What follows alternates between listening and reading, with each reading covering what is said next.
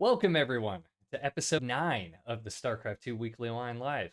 I'm your host, Ace, and today I'm joined by my good friends Miro and Brock. Once again, I set this up because I've always enjoyed some open and honest conversations about balance, but I feel like this can be a little bit hard to find in the Starcraft community, so I hope to do my small part to change this with this show. If you enjoy, please consider giving a like or subscribe. And in this week, of course, we're going to be diving a little bit more into the PTR. And last week we kind of focused pretty hard on the economy stuff. So this week we're gonna try our best to focus on the rest of the changes, specifically the warp gate. I think we're gonna spend a decent amount of time on that. And I think that's probably a pretty good place to start if we wanted to look at that. We can go down here, Yeah, I think that's a check good that place to out. start. And, Definitely the biggest change outside of the Yeah, workers. yeah. So we were playing some games with each other a little bit last night and this morning, and so Brock got a little bit of time to try the PTR, and I'd like to hear Brock's thoughts on the warp gate. So I mean, even before playing some games over the last couple of days, I knew the most annoying part, just thinking about it, trying to theory craft it, was probably going to be the fact that Warpgate moved to the gateway from the Cybercore, and Yeah. I would just like to say, after trying it out, it is for sure the most annoying part. I've played multiple games of getting it and just going Warpgate anyway, and then I tried playing some more games where I got it and then just stayed with gateways. I mean, once you pay the cost and get the upgrade, like you're in the mid game, Warpgate's basically the same. Like, yeah, it sucks, Shit. 8 gateways, 8 Warpgates basically has an extra cost of a mothership. But I mean, luckily that's not the end of the world. Saying that, knowing that's 400. It's a lot. And I say that, well, yeah, I mean, the other thing is it's not all at once, which makes it feel better. I do feel like if it's a way of trying to nerf Gateway Man, I think maybe like 25-25 would have the same effect. But once you get Warpgate, it plays the same. So that's one thing. But I was trying to play it without using Warpgate, but of course having the upgrade, which does speed up your production 35% on all your gateways. It's different to get used to because the timings are all weird. Protoss doesn't macro that way. Freaking getting supply blocks all the time, and knowing I was missing production cycles because it's a brand new thing. Like, even when I played Terra, my bio was already missing production as it is. So Yeah. so it's like, oh yeah, go figure, that just carried over. So like that on top of the economy change stuff definitely made it weird. I think the weirdest part was trying to figure out like when to get warp gate, and like when to add in the extra gates. Do I basically just halt my production, stay on one gate for a third base? Do I get that second gate so I can still make units while doing it? And this was against Terran and Zerg, and in a way, it kind of just ended up feeling the same. I mean, yeah, going for like a Stargate opener, getting 2 oracles, I was able to skip the gateway units easier, so like that definitely helped. Um, it's Let me put it this way. I like the idea of experimenting with changes like this in the sense of I think it can make the game better by adding more strategic options. Unfortunately though, just how Protoss has been the last, like 16 years, it's really hard to change how you play from not being able to react defensively with warpins and such, Yeah. That's and probably the having to biggest change. rally. Because that was one thing. Like, what? Luckily against Miro yesterday when we were playing, I had an observer outside his base and like saw drops leaving and stuff, so I was able to move into position. But like, I mean, they've already made tweaks because Protoss arguably has the hardest time with scouting and gaining information, and then not being able to react in the same way without having warp gate just makes that even more difficult if you don't have perfect vision, if you're not always watching your mini map. So it makes that even tougher. And I mean, yeah, you can argue, well, that's how Terran and Zerg play. It's like, yes, but they also have other things that kind of help compensate for that. So it's just not quite the same. And And at the minimum, it's going to take a lot of getting used to, or you just have attacks to play warp gate so you can keep it as it normally was. So it's weird. Yeah. I I feel think like like the biggest change that you mentioned there, just like the change in how Protoss like does their production, because doing like we were talking about this a little bit earlier, it's kind of similar to Zerg, where it's like a burst style, where you just like drop all of your gateways at once. You know what I mean? Like you just like use all those warp gates, and you just warp in a bunch of zealots or a bunch of stalkers or whatever, and then you don't think about it for like 30 seconds, and then you come back and you do it again. But like with Terran, it's a lot more of a consistent rhythm, and it's also a lot smaller of a rhythm, because like, you know, Terran, it's like they have unit times of about 20 seconds, and you know, Protoss and Zerg, it's like 20, 30, a little bit more, I feel like.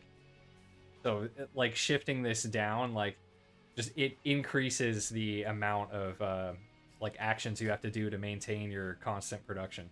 You know what I mean? Which inherently isn't a bad thing. Like people already say that Protoss requires the least amount of APM, which I think is true overall. Probably. One other thing I forgot to mention is the other thing is I have to basically redo how I set up the entirety of my bases.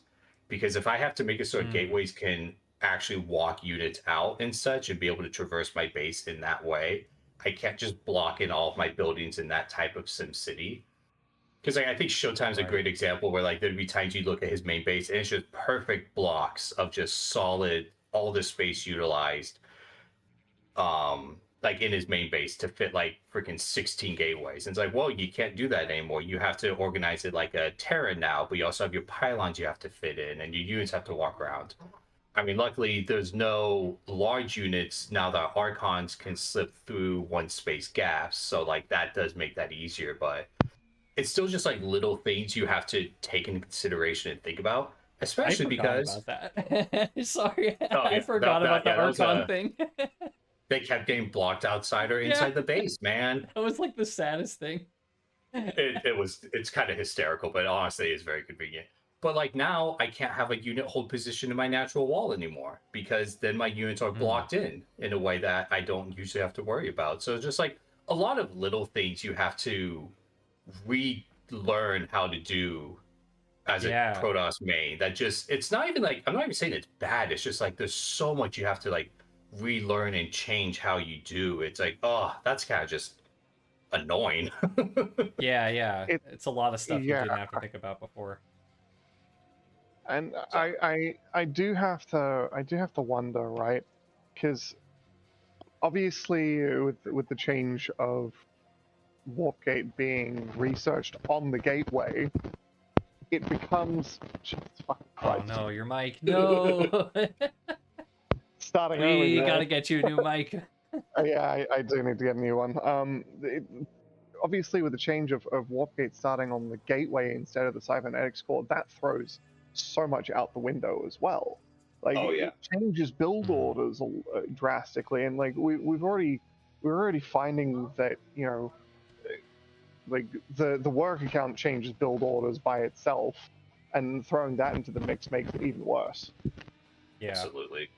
I was like on top of trying that, to the Nexus supply changes. Sorry, the other thing, I did have one thing I wanted to add to this, which is like just the fact that you have to tie up resources in production is something that Protoss has like not had to dealt with before. You know, like if you're not using like Robo or Stargate heavily, right? You know, not in the same way, no. Yeah, it's not the same at all. You know, because it's like the time to return on investment is like something that you don't really think about that much as a StarCraft player, but like it's actually huge. You know what I mean? Like it's a big difference, you know, because like we talk about I was talking about this with Relin, and I could probably find my notes for it somewhere, but I have like notes about the economy where here we go. So yeah, like one worker on a geyser gathers like 61 gas per minute, right? Like 2 workers is about 123, you know, blah blah blah, right? I have notes on like all this stuff because it's important to you to understand, like as a StarCraft player, like how much this matters. It's like 12 workers on a base, pays for the base in about 30 seconds. Like I 8 think that's is workers. that workers included, or is that just the Uh, base itself? sorry, what was that? I think Is it that workers including included, or is it just the base itself? Let's see. So 12 workers. So I mean it's a mineral a second, right? That's 360. Basically, yeah. So yeah, no, okay. So this is so this is like for Zerg math, right? So 350 would, and this is the old hatchery cost when I took these notes. So Yeah, this it's would be close enough. 350. Yeah. My point of this is a fully saturated base pays for itself in under 25 seconds. 12 workers about 30, 8 workers about 45 seconds, 6 to 7 workers about a minute, right? Reason I'm bringing that up is return on investment time, right? It's really tight in StarCraft is what I'm trying to convey here. Like it's a really fast-paced game, so like that matters a lot. So you having to tie up resources into production and then not actually having those units until the production time is done, that's a massive change for Protoss. Yeah, and historically, like looking at how Protoss has built their bases and built their expansion, it's Oh really my bad. God, Miro. It's so bad. I'm so sorry. I was not doing that this morning. It's fine. No, it really wasn't. That's so frustrating. Like it literally went. It was like, a full totally hour fine. and a half without any And then we go issues, and now- live and it's like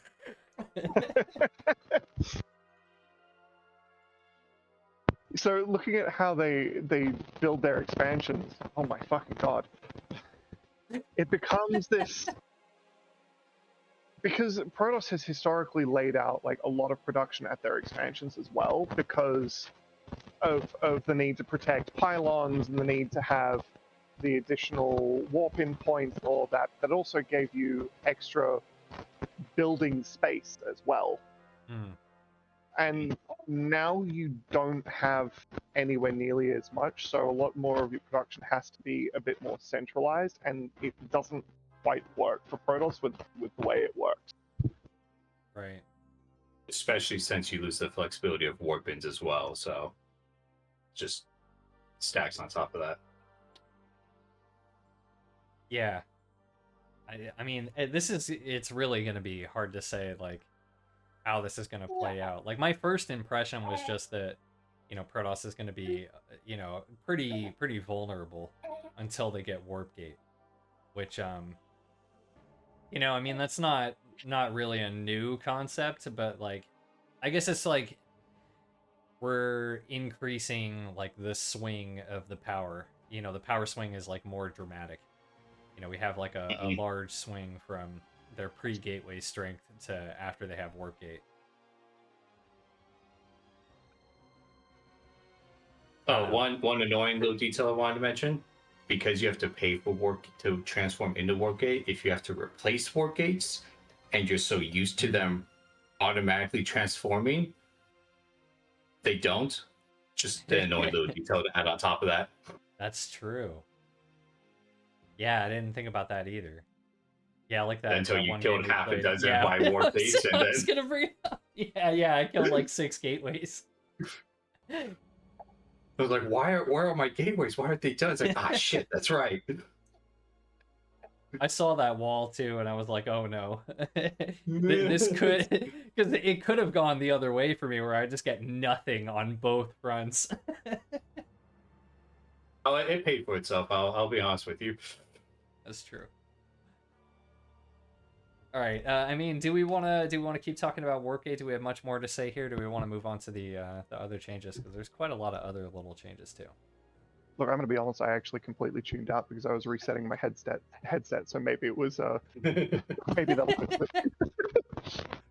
I think we didn't covered work. all the basics, unless we want to get into like more specifics, which I mean I could keep rambling on about, but Yeah. Look, so I actually want to very briefly touch on the economy again, because I know we talked about it a ton last week.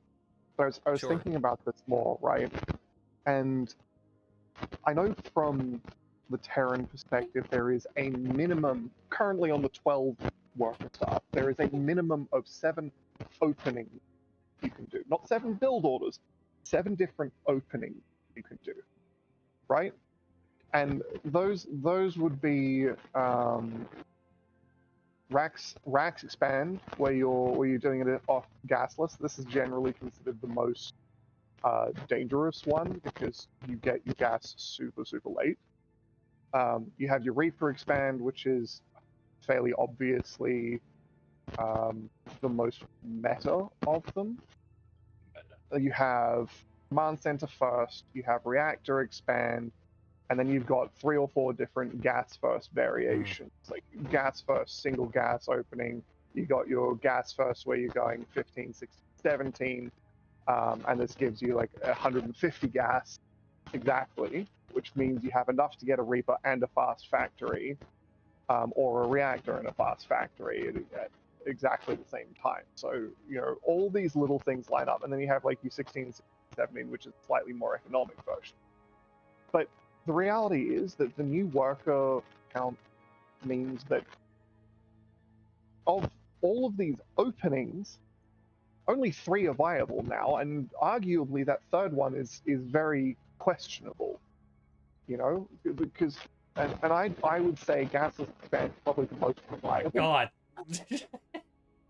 I would say command center first is maybe possible. I haven't actually experimented with it enough to know.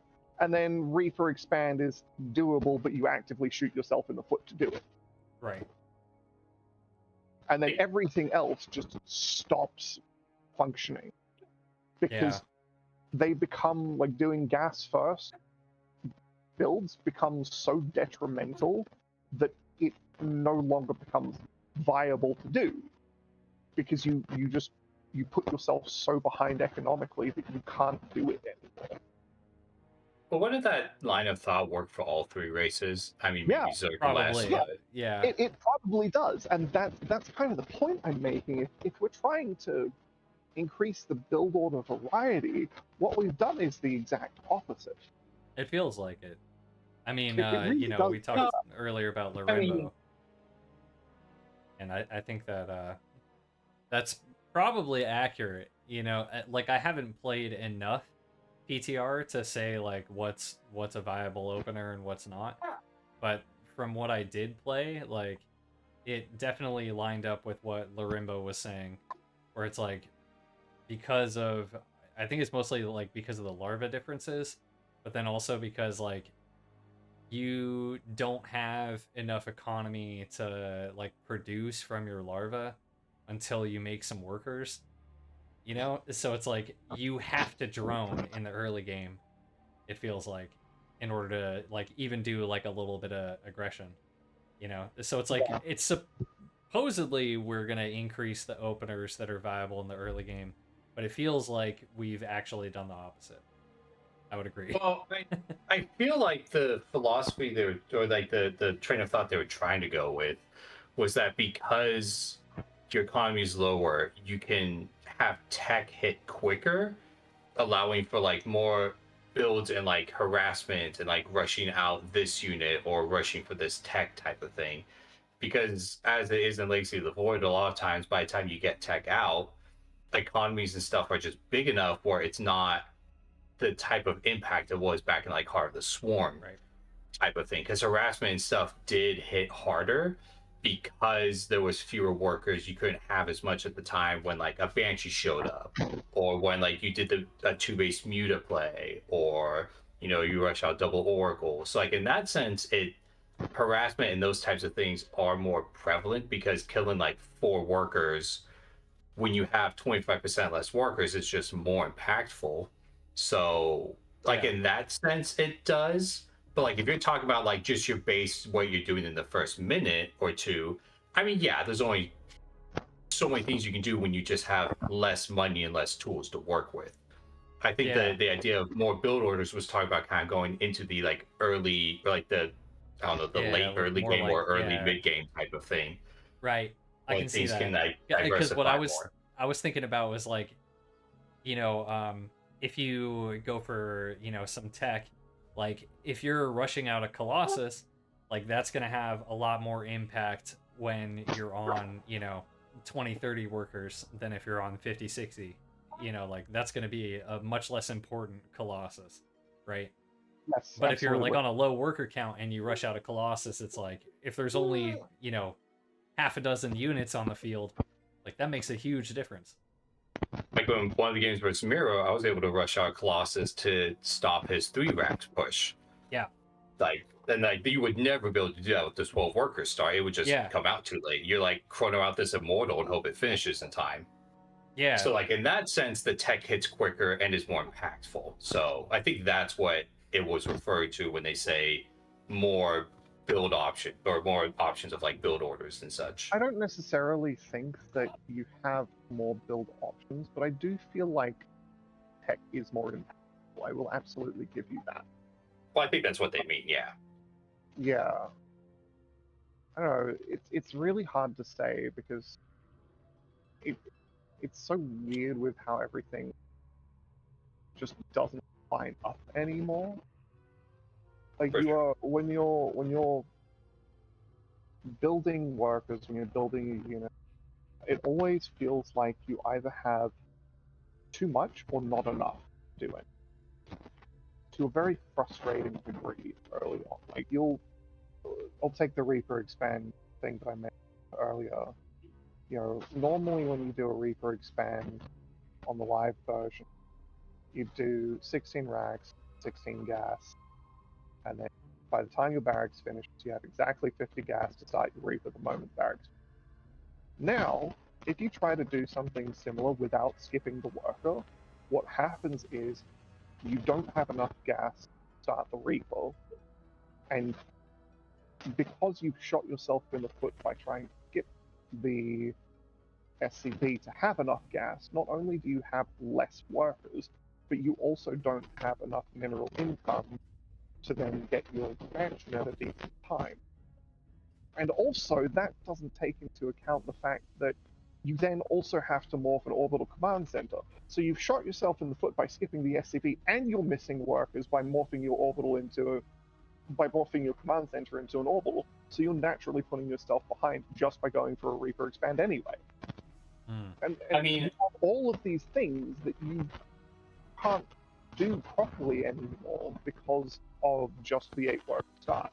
And then there's the whole issue of how the economy actually scales. Like, off 2 bases, it feels fine, and then you hit 3 bases, and suddenly you literally can't spend your money fast enough because your main base hasn't even started to mine out yet. I mean, I will say that, well, I have the same issue with Protoss and that things just happen. I think that's probably just we're not, like, I think as soon as, like, pros and stuff start to play with it and figure it out, like, optimization will come out. So, like, I'm not as concerned about that, even though it doesn't feel as good. But also, because I did play back in Heart of the Swarm and stuff when there was 6 workers, and that was kind of just a thing. Like, there was the beginning of the game where it was the quote-unquote boring part of the game where nothing happened, and you were just building workers. You were just building your structures, and, like, nothing happened. And yeah, if you were trying to do, like, crisp builds and, like, anything was off, like, yeah, you had to skip a worker or there was downtime. I think that's just going to happen when you have less workers. Like, that's just has to happen with every race. I know Ace was playing on Zerg as well with larva and stuff. Yeah, it's really actually kind of tilting in the early game, but I don't know. I it's definitely like a preference thing, because it's like, I don't know, it's just super annoying to me to have to deal with that, where I'm just like trying to spend my money and I can't, it's not a good feeling in StarCraft, I don't know. It's like one of these things where I've taught myself not to do that because it's bad. Like, if you're just like sitting there waiting for money to do something, like, you could be doing something else, There's always like more actions to take in StarCraft, right? Except for in the early game, it feels like, and it feels like, I don't know, the only way that you can, spend that extra APM that you have is to, like, worker scout, you know? Sir, I have to correct you. You could always be microing your workers more to prevent the slowdown while True. mining. Yeah. Clem optimizes this. Why can't you, scrub? Oh god, I know. Why can't I just micro my workers in the early game? It's so much fun. Maybe this will bring back work splitting at the start of the game. Maybe that'll have more impact now. Bring back what? Worker splitting at the start of the game. Maybe that'll have more impact now. Oh, a little bit. Yeah, I would agree with that. Oh yeah. Oh, because it was like not auto split in the past, Yeah, it right? didn't auto split previously. Yeah, It's they still added not that, really right. auto split, but it's like It's in now like it's 3 not as groups much. now, if I remember right. kinda, yeah. It splits better than not splitting, essentially. Yeah. Yeah, I've definitely noticed that recently. And I was like, I think it didn't used to be like this, because I kind of remember all my workers just like, as soon as the game starts, they would go like, hey, there's one patch right here. It would go in the middle. Hey, we could do it like Brood War, where they don't have any command at the beginning of the game. That's true. That's true. It could always be worse. Yeah, Brood War is super fun, but yeah, the workers are... It has its aspects that are fun, yes. Definitely. I have to agree with Chad. The base move is to mine in the enemy base. Just send all your workers and take their minerals and then come back. There you go. Oh yeah, we should There- worker rush. None of us played with worker rushing. What the heck, guys? That's true, yeah. But where's Florencio when you need him?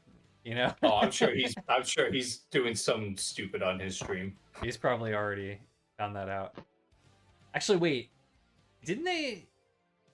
Am I crazy? Did they do something where, like, you can't do the worker stacking in the gas anymore? Because that's how he does that. Yeah, that's how we would stack them together to look like one worker. That hasn't I think they changed. took that out. I could be wrong. No, I don't think that's changed. Yo, Keeger. Thank you for the sub, bro. No, I don't think anything like that has changed because that just wouldn't make any sense. Your workers do it on their own, but like If you when that mine in wave the my enemy simulator base, to it's finish less sometimes. minerals So. for them. I mean, No, yes, that's still in there. due respect, they tried to change the fucking corrupted phrase, so that was a change that didn't make sense, and they tried to put that in anyway. So, you know, Wow. Yeah. Yeah, I mean, I know think they're Ace doesn't like beholden it. to the I thought it restrictions was- of logic. I mean, Ace thought it was a good idea, right? You liked Yeah, it when they it all was did the it. best idea. it's clearly know, your favorite, it's- your absolute favorite, you know. All right. Let's dive into some of these other changes here. Let's talk a little bit about the Zerg stuff. So you know, I'm gonna ignore the supply stuff because we kind of already talked about that. But yeah, so let's just move on to like the creep and shit. So creep, if I understand this right, the creep spreads and recedes slower. Yes. No, faster. So, no, slower. So Yeah, some people say the it's faster, rate some people say it's slower. I guess it's a question of what this like rate means. Like, is this like a timer? And this is the length of the timer, or is it like every X increments you get this units of creep? You know what I mean? I think it's the latter. The way it's written indicates to me that it's the latter, not the former.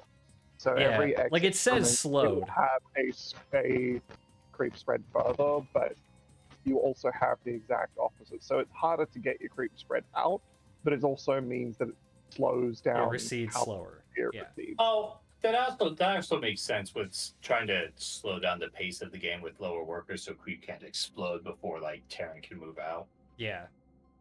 Yeah. That I can makes totally see that. sense. I think that's supposed to be like on par with like the Overlord speed reduction. Yeah, and honestly, like, I don't think the creep change is that big of a deal, you know? I No, mean, probably I don't know. Like, I'll have to play with it a little bit more because if, like, we're already... this is hard to explain, but, like, as Zerg, we already had a couple creep nerfs, and there was one creep nerf in particular that made it so that it used to be every 30 seconds you could spread creep. So every macro cycle you could spread creep and you could get like the maximum distance for the creep tumor. And then they made a change to make the creep spread slower, I think. And then because of that, you could only get like 60%. because the creep hadn't actually grown far enough for you to get the full distance, right? So if this is reducing that even further, and now we're at like 40-50% of the creep length, like that's actually pretty short, and that would be a massive pain in the ass, and I would hate it because That's I fair. really hate it when you can't spread creep on every cycle, and you instead have to like do it every other cycle, like the Scarlet method, you know. Yeah, the thing to me is like, on the one hand, creep is really oppressive. Like, someone, if you've ever played against someone with fucking incredible creep spread, it is Oh, absolutely it's terrifying. Where is. you've not even gotten halfway across the map, and somehow they already have creep basically at your doorstep, and it's like, where the fuck did this come from? Yeah. It's the game's been less than 5 minutes. How you already feel? And then, on the other hand, someone whose creep spread is garbage gets punished for not spreading creep really, really hard with a change like this as well. So it's a bit weird, and I don't know, man. I feel like, given the fact that we've had multiple queen nerfs, multiple creep nerfs, with the spread and recede rate, with vision, with the inability to cancel creep tumors, with Yeah, the suppose cost of so. the queen, um, it feels like it's another nerf that honestly is kind of already unnecessary. But wait, what about the But fact that you can now hotkey your creep tumors? Oh. I played around with that. Like, I have actually played around a bit with that, and I'll let Ace talk about this in a moment. In my experience, it didn't make that much difference. To Yeah. a point where I actively stopped doing it. Well, but it's just to make sure I understood what it is. Like now, when you hotkey creep tumors, you can hotkey it and it will automatically add the new creep tumors to it, and it puts the active creep tumors as the priority. So you just boom, you already have them all selected, Yeah. right? Like, So yeah. I haven't actually tried it, but that's my understanding of how it works. I should try So it. like, I feel like if you get used to it, that will be incredible. Yeah, Okay. when I read that change, I was like, yeah, that's actually kind of nuts. Because, like, we can actually already inject our hatcheries using the minimap, which is something that, like, it's pretty But you can't do that to unpopular of creep. a technique, but it is effective, and there are people who You do can't do- it. As far as I am aware, you can't do that for creep spread. I did actually try. That was one of the first things that I thought about, is spreading creep from the minimap. I did actually try. That's As what I was far as wondering. having it add your new creep tumor to the control group, it doesn't add the new creep tumor to the control group so much as replacing the dead creep tumor with the new creep. Yeah, Oh, yeah, yeah. close enough. I mean, that's a better. Yeah. Now I don't have 80 creep tumors on one hotkey. Right. Oh no, we've suddenly reached the fucking control group cap of like 520. That yeah, 500, which would be that'd be so many creep tumors. That'd be wild. Oh my gosh. Yeah, yeah. So I'm looking for it, and I'm not seeing. You know, it's there. It's I don't think you can active. do it on the minimap. Yeah. I remember someone talking about it, but I don't remember if they figured out if you could or not. But also, that sounds like not the best use. I mean, I guess technically, if you were precise enough, that would be better. But that sounds like that'd be so hard to spread creep correctly that way. Right. I think creep needs more precision than that. Or like the injecting, Well, it's like, well, you only have one spot. If you have to do enough it. tumors, you don't really care that much about precision, and Well, using rapid okay, fire, yes. like we already kind of do that with like an arc. So like we could definitely do it with rapid fire on the minimap. Yeah, Groovy's here saying queens need to be back to 150 minerals. Yeah, With the econ changes, absolutely. I feel that. You know, we can leave the hatchery at 275. That's fine. I won't complain. Excuse you, sir. No. I think it would make sense to change both of them back. I think it was a stupid change to do that in the first place. For the same reason that I hate that we're lowering worker count and changing the town hall supply. Like, I think these are just really dumb changes because, like, there needs to be a certain level of respect given for the original game design and the fact that unit times and like build times and costs and things like that were set up so that they had like a nice symmetry and like things would line up, and that's like why build orders like feel satisfying to play. Like it's not just like your choice of like what order you want to build things in that makes it interesting. It's the fact that you can find interesting patterns to make things line up, and that's part of it too. And I think that there needs to be a lot more respect given to that. Because like just Yeah. imagine if you were to like increase like reactor build time by like 7 seconds. Like suddenly every Terran build is fucked. Like, Ace, please don't. The Terran would scream, understandably so. yeah. They're listening, Ace. Please Yeah. don't give them ideas. Like, I need to not give him any more ideas. All joked about David Kim giving fucking Blink to DTs, and then look what happened. Oh, I know. Yeah. That was a joke for the longest time, and then they did it. It's barely used. It's okay. That's fine. I actually I don't died really have that before much you of a died, problem with DT Blink. I just think it was a stupid idea. That's fair. Burrow Yeah. Fungal, on the other hand. Oh god, don't get me started on that either. Oh, no. But there's definitely more changes. Absolute flashbacks. Yeah. So let's just move on, because creep it's not that interesting. I mean, like, this is something that, like we were saying, like, this could be super strong, especially if you could spread it on the minimap. This would be crazy. But honestly, like, I don't really see that much benefit to doing this over just control clicking your creep tumors, because it's not hard to do. No, it's not. And so, I don't know. It might be worth it, though, because, like, spreading on a hotkey as a reflex would be interesting. And if you could put it in the same hotkey as your queens, then it might actually be okay. The other thing as well, right? Like, the other potential as well is if you can spread via the minimap, and granted, I didn't test this thoroughly, but in my experience, I wasn't able to do so. That doesn't necessarily mean it isn't possible. It just means I wasn't very thorough in the testing. Yeah, that's fair. In my experience, I wasn't able to do so. However, if you could actively spread the creep via the minimap, that eliminates the need to look away from your army, and that's one of the big things that Zerg has had issues with in the past, is just having to constantly go back to inject and do things like that. It's honestly, it's like part of, I mean, I think this is the same for every race to a degree, but for Zerg, it's like there's, a solid, if you're not like GM level, there's a solid, like, at least like 5 seconds, I would say, of macro cycle that you have to do like every 30 seconds, and for me, like, the way I get around that is like I disengage, like it affects how I control my army, because it's like I don't want my army to be fighting when there's like disruptors or widow mines or whatever that could just like obliterate everything if I'm not looking, like I would rather just pull back and then handle my macro and come back. Sorry, what was that? So I should always chase Ace's army at that time. Got it. Exactly. Yeah. Part of the reason why I bring this up is because way back in the early Legacy of Void, they tried to automate macro. Oh yeah. Really, really early Legacy of Void. And I heard about what this. that ended up doing was it meant that Zerg literally never had to look away from their army.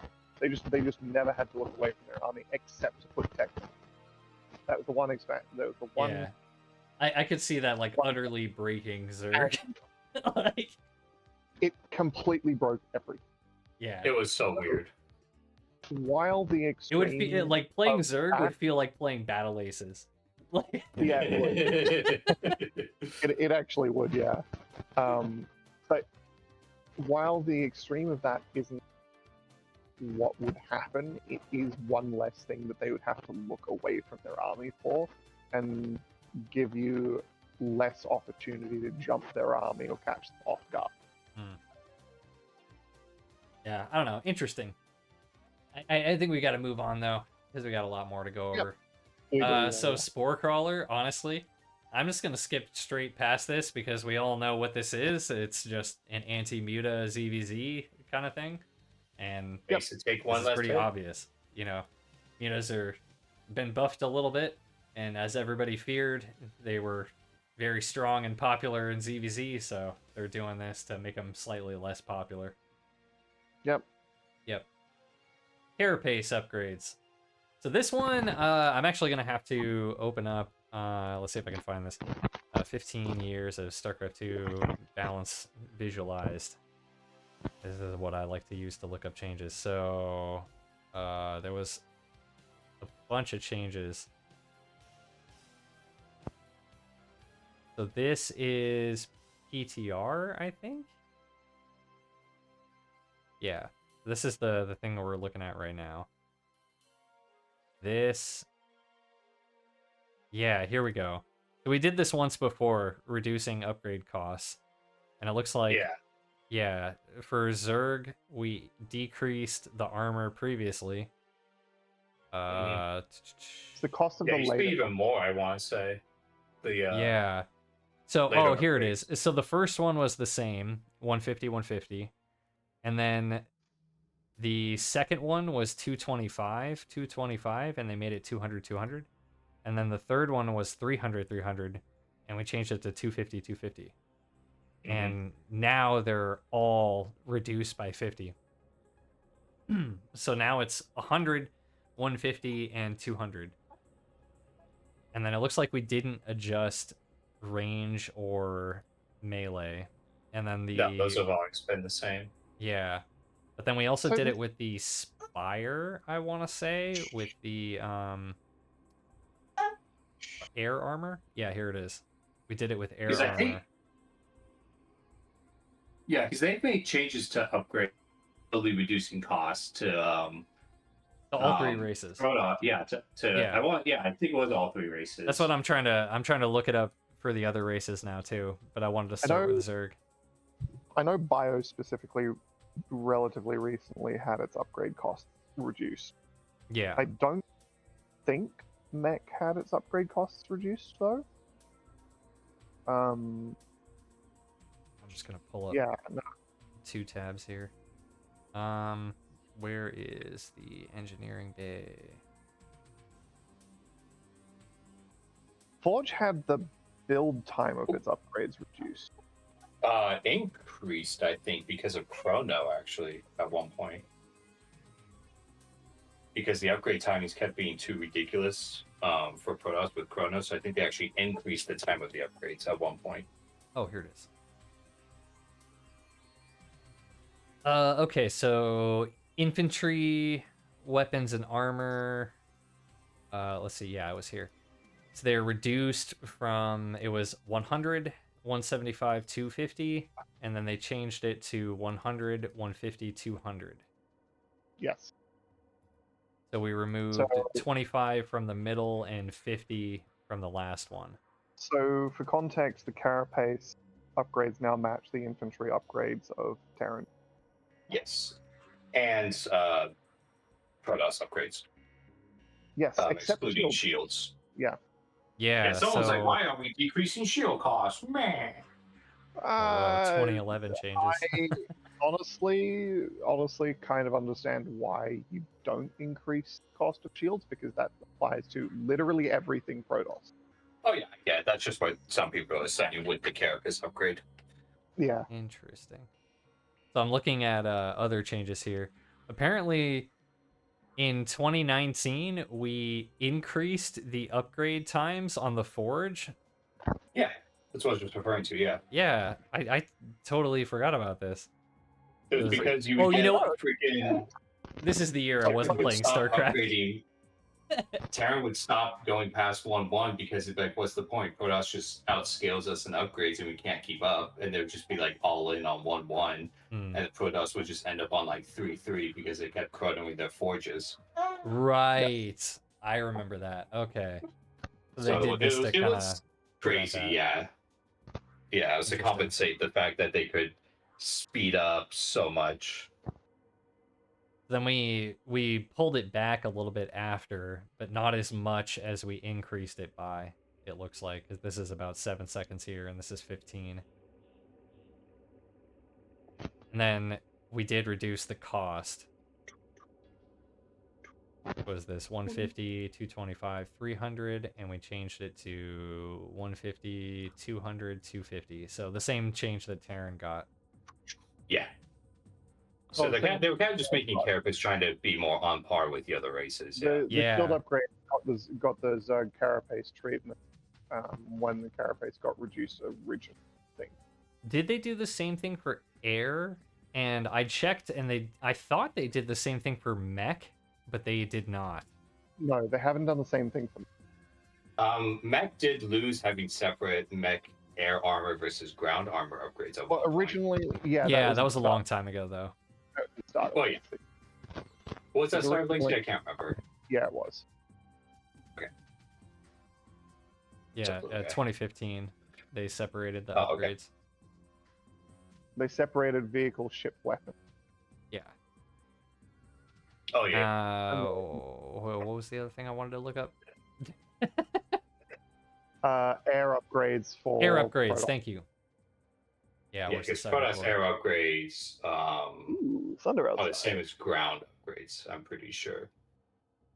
Yeah, so... interesting. So they increased the upgrade times the same time that they did it for the Forge, but then they never gave it a reduction when they gave the Forge reductions. So... honestly... Yeah, so the air upgrades got increased a little bit more.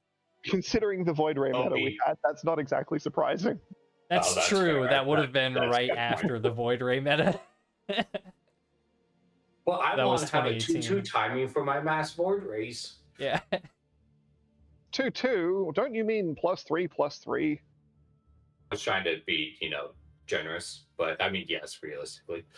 So then, yeah, it looks like they've done the same thing for the air upgrades that the Spire got for armor.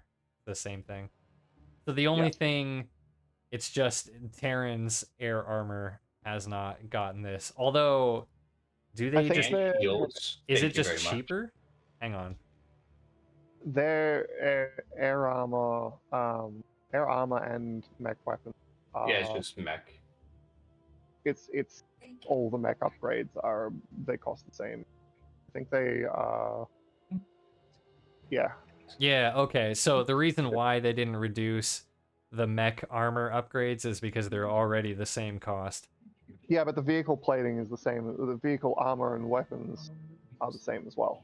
So vehicle, ship, and plating is the same. They're combined, but the vehicle weapons and the ship weapons cost the same amount, and they're not combined. Yeah.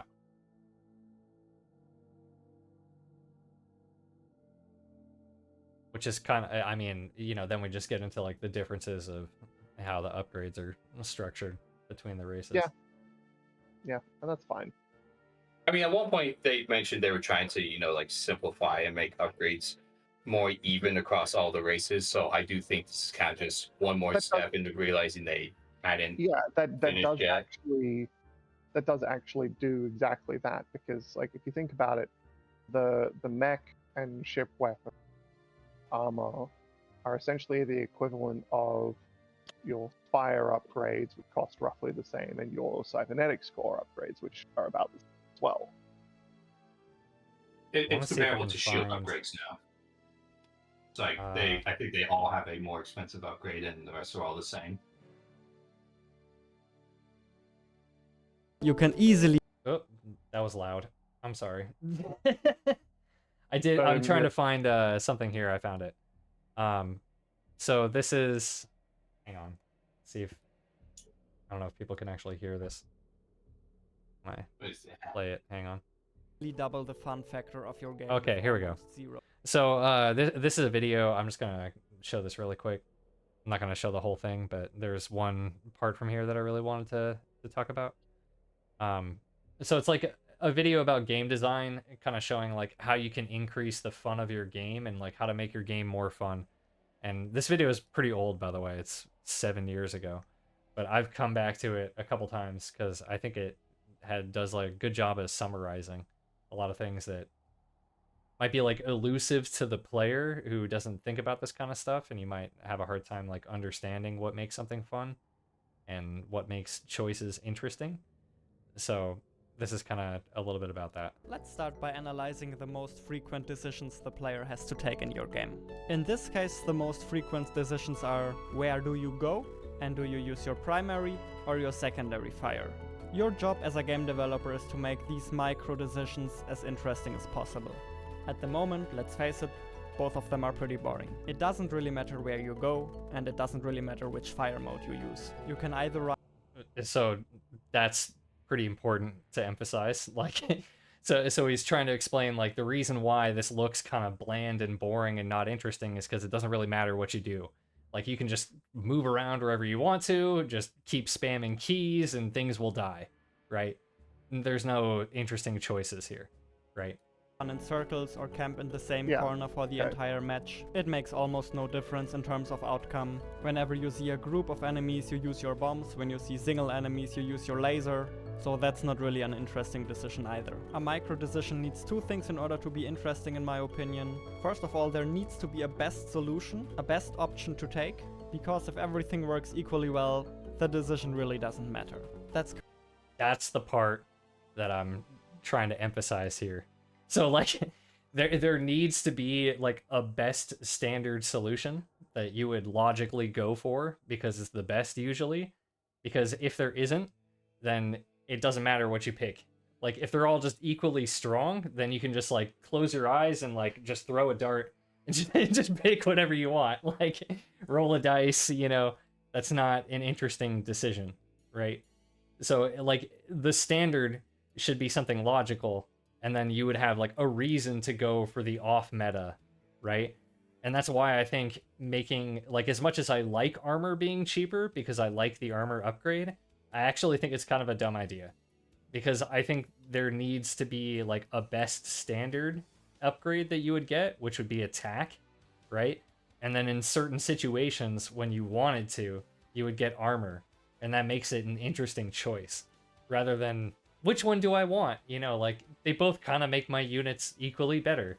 You know, like, a lot of things are still going to kind of push people toward getting the attack upgrade, right? So maybe my concern is pointless. But, I don't know, I just think it's more interesting to have the armor upgrade be expensive. Because it's like, you know, not only would you prefer attack if you're going for like a timing or something and you want your units to be able to actually like kill the base in time, right? But also you have this other level of like, it costs you more money. So if you're going for armor, you better have a damn good reason to be going for armor instead of attack. I just think that's a more interesting way for it to be set up. I don't necessarily disagree. My thought behind that, though, is there's already a lot of decisions that you're making, and I don't think that is a decision that for most people particularly even factors in, but something that does factor in as a decision is, oh, this particular upgrade only affects some units, this particular upgrade affects all of my units, and then you also have to take into account damage points where, you know, like, I will survive a tank shot with +1 armor, but I won't survive a tank shot without +1 armor.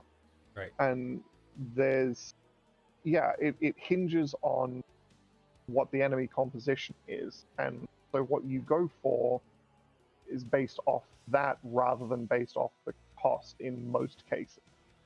Or if it's a timing, it's based off the timing that you want to hit.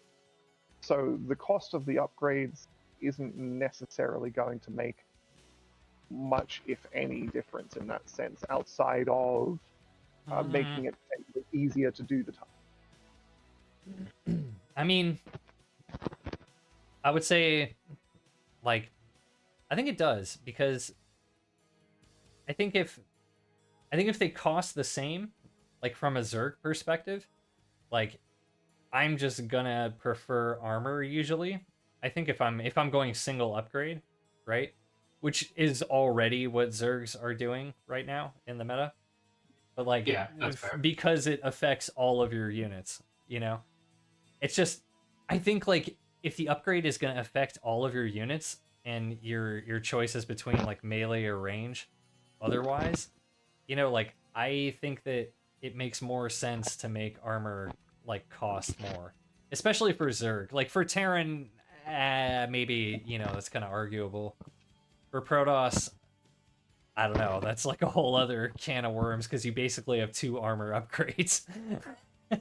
Yeah, but you almost never get one of them until you're already like in the late game. So Right. Protoss shield upgrades, though, the difference between that is it's not just affecting ground or air, it's affecting ground, air, and buildings simultaneously. So it kind of makes sense where your shield upgrades should be slightly more expensive because it affects literally everything you have.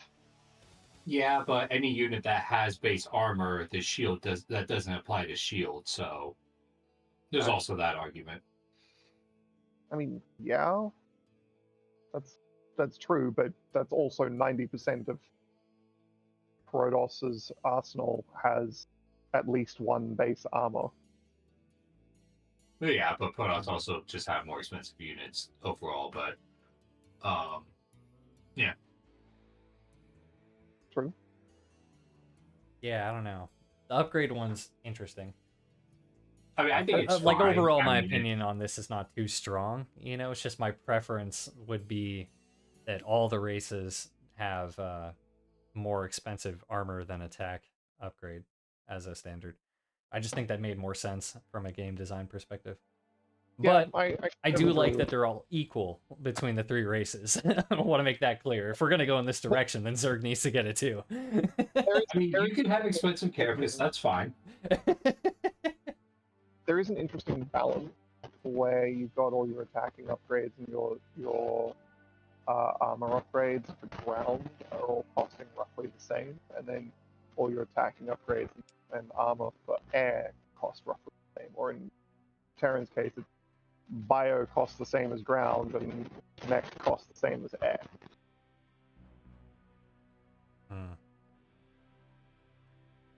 So it's Yeah, kind I of don't know. interesting.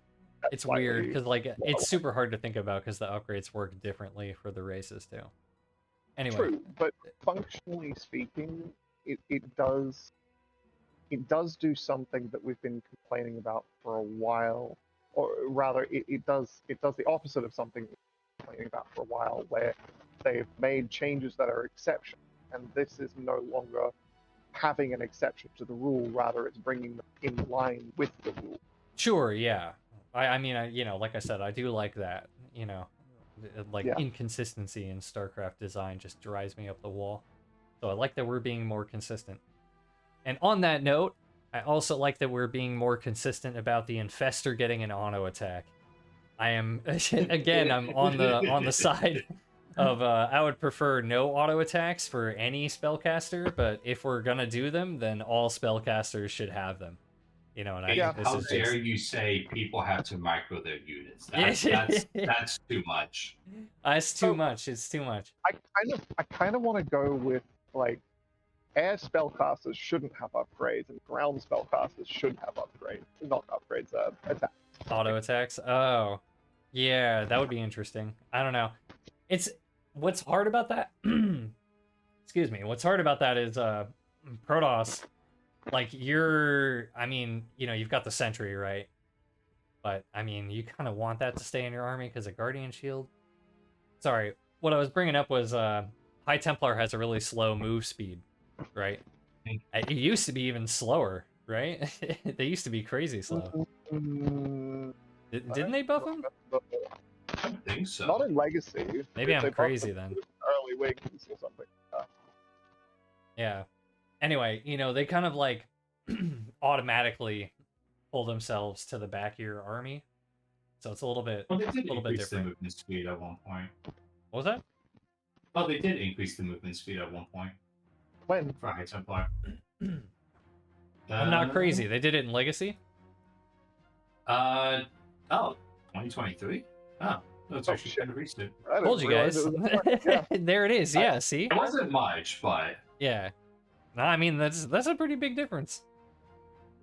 I mean, that's what? Hang on. it was a 0.2 movement speed increase. Yeah, but percentage-wise, it's 7%. Okay. Yeah, It's it's not decently crazy faster. amount. It's not that crazy. Yeah. I mean, it helps them keep up with the army because that was so annoying. Right, right. Anyway, other infestor stuff. Microbial shroud cast range increase. I think this is cast range. And then the can now be Yes. cast without an upgrade, even though the upgrade is still there in the PTR and you can spend money on it. Which is funny. Really? It is, yeah. You can Does it spend do money on anything? it. No, it doesn't. No, it doesn't do upgrade anything. Yeah. It doesn't That's do anything. hella funny. You can just spend money on it if you feel like it, you know? I love that. Yeah, no. I understand why they would do that from a developer standpoint, you know? It's like, I wish they would have just disabled it, you know? But, yeah, whatever. Starcraft doesn't have the resources it used to have, so go figure. Yeah. Anyway. I'm okay with my Steel Shroud changes. I've having it not need an upgrade anymore makes it way more accessible. Yeah. So I think that Microbial Shroud as a spell is far more powerful than people give it credit for, and making it more It's so good. I making mean, it more the accessible. ability itself, like its raw power, is insane. Like, it's actually ridiculous. The problem is that, like, the scenarios where you can use it and it actually gets the payoff is a little bit harder to pull off. You know? I agree. I think from my point of view, and I've said this a few times in the past, the only thing it needs is you just make it sticky again. I don't know why they stopped making it sticky. You might have to change Is it some not numbers. sticky? No, it's not. It's an area. It sticks to that place. Oh, it's you an mean area. stick to a unit? Yeah, I mean, so when the unit goes into the cloud and then comes out of the cloud, it still applies for a duration after that. Yeah, no, that's what I thought you were talking about. I think that's still a thing. Maybe I'm wrong. So they removed it. They removed Yeah, it. I'm pretty sure they did. Oh, really? Yeah. Yeah, And no it's longer persists. very, very dumb because that change, making it sticky, Wow. would make it actually really, really usable to the point where you honestly probably would have to nerf Microbial Shroud's Oh, for sure. damage reduction. Yeah, I guess is why they. I don't know. I mean, like, it's a little bit weird because it's like versus Terran, it can be crazy powerful, especially if you combine it with Fungal and you force them to actually fight under the shroud, and especially because you're gonna be melee, right? So like you just don't give a fuck about their units getting the bonus too, right?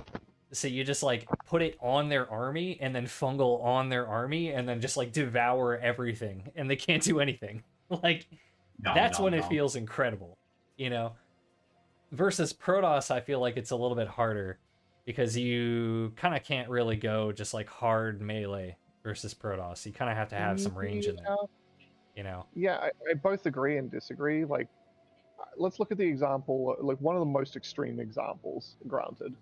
But let's look at the example of the difference between the Ultralisk and the Immortal, okay? Without the Shroud, and keep in mind, the Shroud's damage reduction applies before armor, not after armor, okay? +3 Immortals do what, 65 damage, I think? Yep. To armored? Yeah.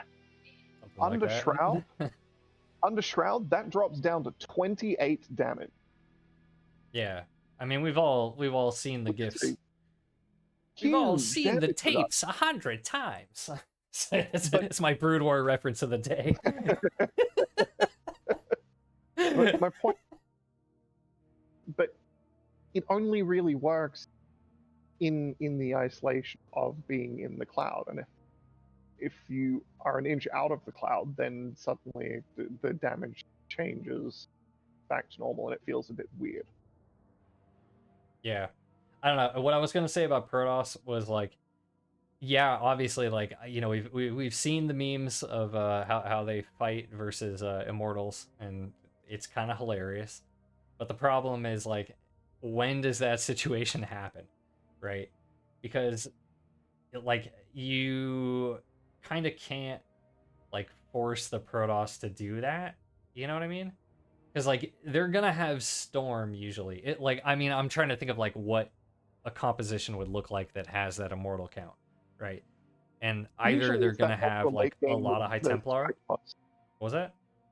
Usually it's like that ultra late game with the Sky Toss where the Immortals are there to try and protect the Templar and the Sky Toss is doing everything else. I mean, there's a couple ways you could get there, like because they can go ground toss, where they're like they're doing sky toss later, if at all. You know, they'll switch into Tempest when they see lurkers, right? But mostly they're like immortal charge lot Archon, right? And they have High Templar, right? With that kind of composition, they'll usually have like 6 or 8, maybe even more. And then because of that, it's like anytime you engage, you're getting stormed. You know, like that's gonna happen. And when they're Sky Toss too, like they're also gonna have High Templar.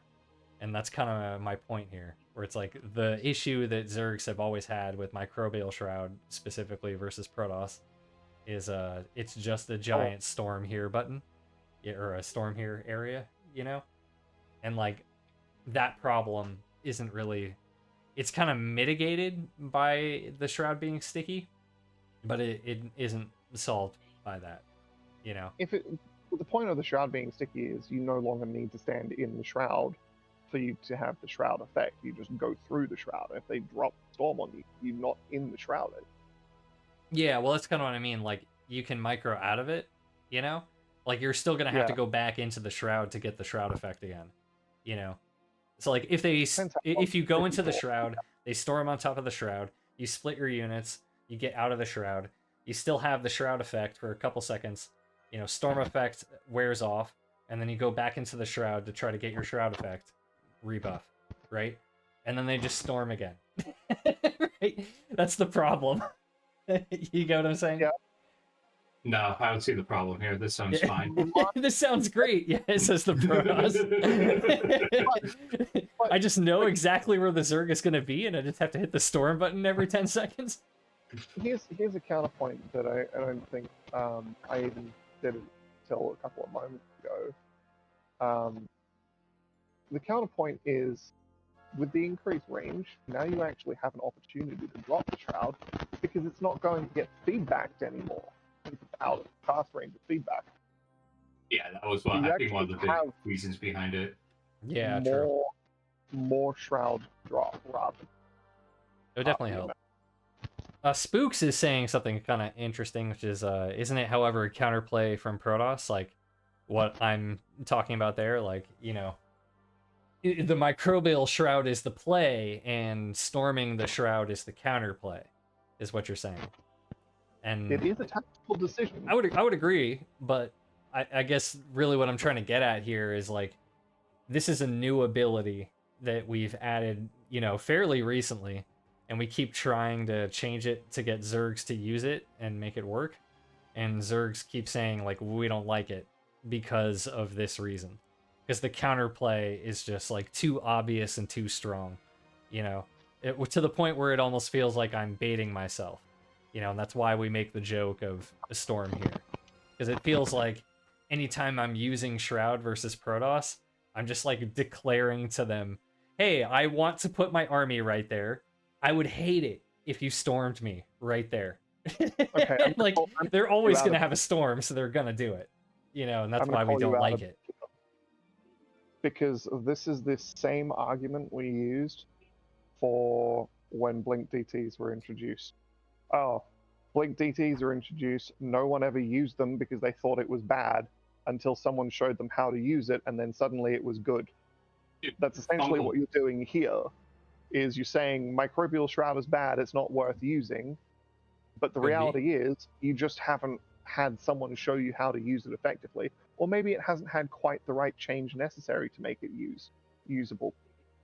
Yeah, I mean that's the hard part. It's hard to really know. You know, it could be that we're just being stubborn Zergs, and it actually is amazing. You know, but from our perspective, it feels like it's pointless to even try because the second we do, we're just declaring to the Protoss like, "Hey, storm me," you know. I don't know. That's just my feelings on it. Bro, fungal wasn't used right away. I think that Which, took months before like pros started using it, and all of a sudden people are like, "Oh shit, wait, this is insane." I do remember that. yeah, I will never understand how that didn't come into use because Right. that was really brutal. I think it was just The the fact that change we can were like, complete- you know, Zerg is always short on gas, so we didn't have Burrow, you know? That's true. Yeah, that's definitely a possibility. The Viper change we can Excuses. completely ignore because, you know, one, it's bugged, so it doesn't actually work in the PTR, and two, Oh, it's just really? back to what it Jesus should be. Christ. Yeah, yeah, yeah, true, yeah. This is just a return to normalcy here, you know? This is a should be a return to normalcy. Reality, not so much. Yeah, because unfortunately That's this so isn't disappointing. actually in the game. But yeah. Okay, the Overlord change. So this, my understanding is that this is actually slower than it's ever been, and yeah, I'm not okay with that. Yeah, I'm not okay with it either because it feels like it's slower than Wings of Liberty, and Wings of Liberty had the advantage of having smaller maps, I was so the about to say Overlord that. could cross the distance. But now you're making it slower, and you're making the maps quite large already. Mm-hmm. So this just seems kind of dumb.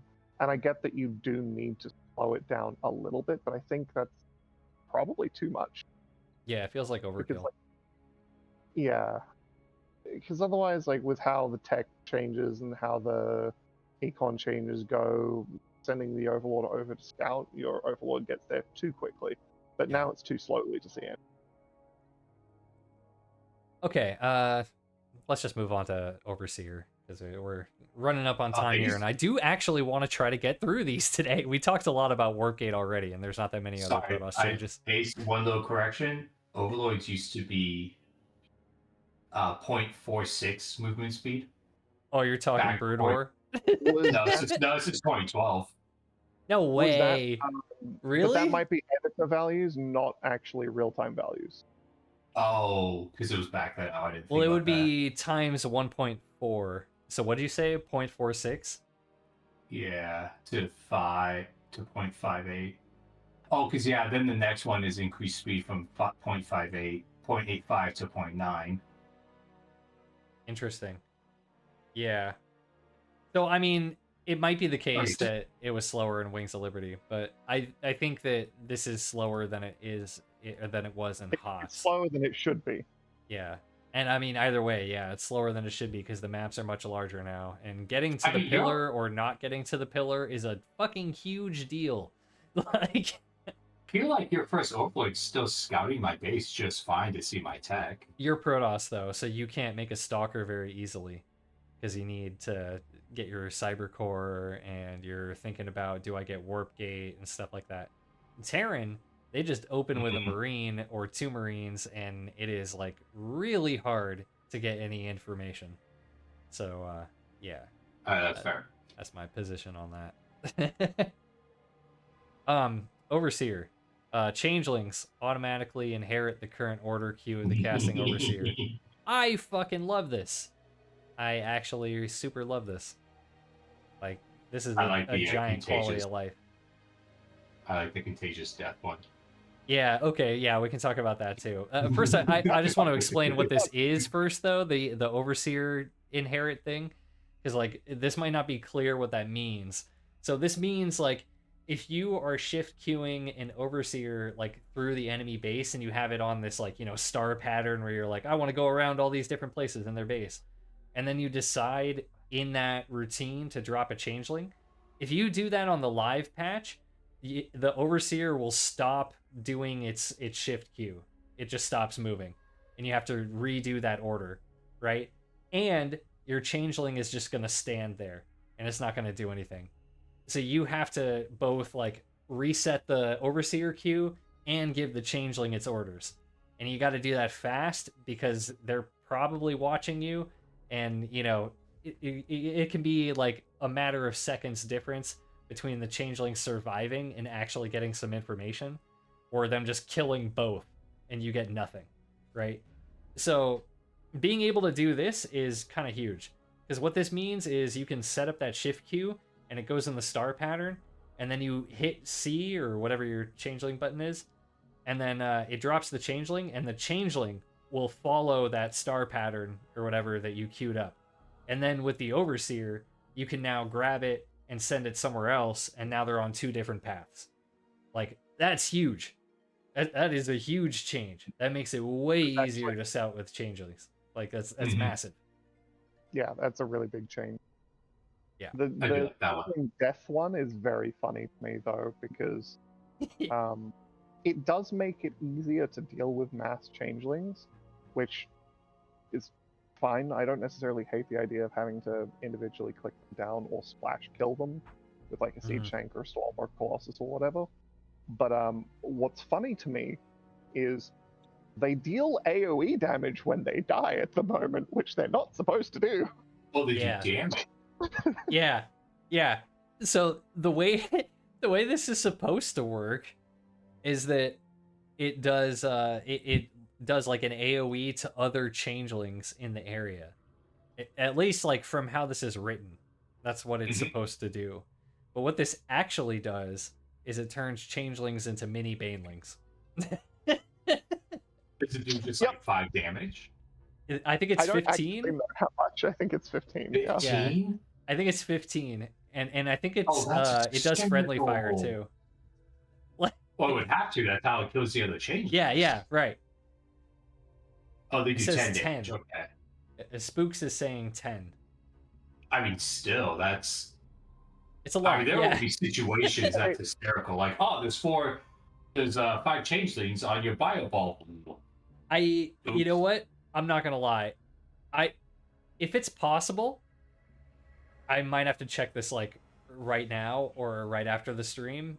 I might have to check and just open up a custom and see like, can I drop changelings into my enemy's mineral line and then have the changelings function as banelings? Because overseers are a lot tankier than transport overlords, and you could like, and they're a lot faster too. So you could make like 5 of those and then bank up energy and then fly them over. To point. This is great. That's if that so works, funny. I'm gonna ruin somebody's day on ladder. I can Holy very shit. easily imagine you flying a group of overseers over someone's army and mass dropping changelings. We thought we were nerfing. We thought we were nerfing Rogue. Never mind, we just bucked him. I know, dude. I'm imagining Protoss with a bunch of sentries, and they put up the force field wall, and they wall off your entire Hydraling Bane army, and then you just send the overseers in. Oh my Send in the overseers.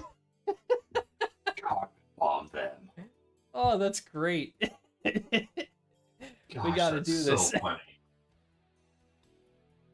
Oh shit. All right, sorry. So we got something to check after.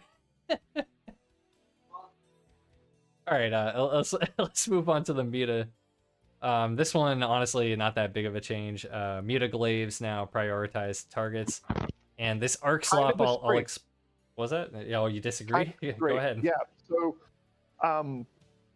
it's not a huge change in the sense of the way it functions. Basically, what you're getting at is when you fly Mutalisks in and you target fire like drones or spore crawler, it won't jump to a hatchery or lava. Instead, it will actually have the glaives bounce to drones or units nearby instead of something that the glaives are never just going to be able to do anything to.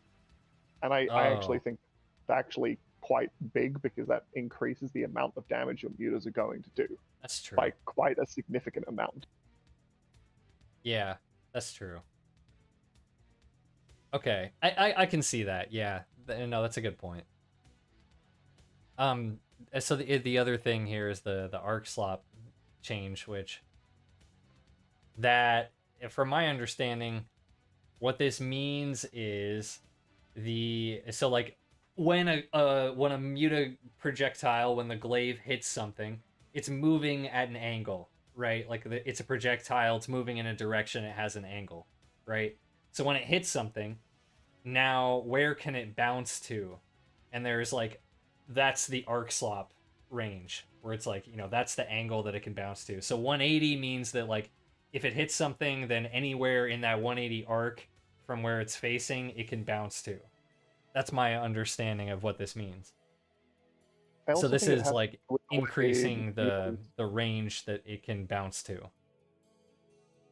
I also think it has to do with the way mutas target units, because apparently there were issues with mutas targeting things that were like under them with their glaives and with bounces.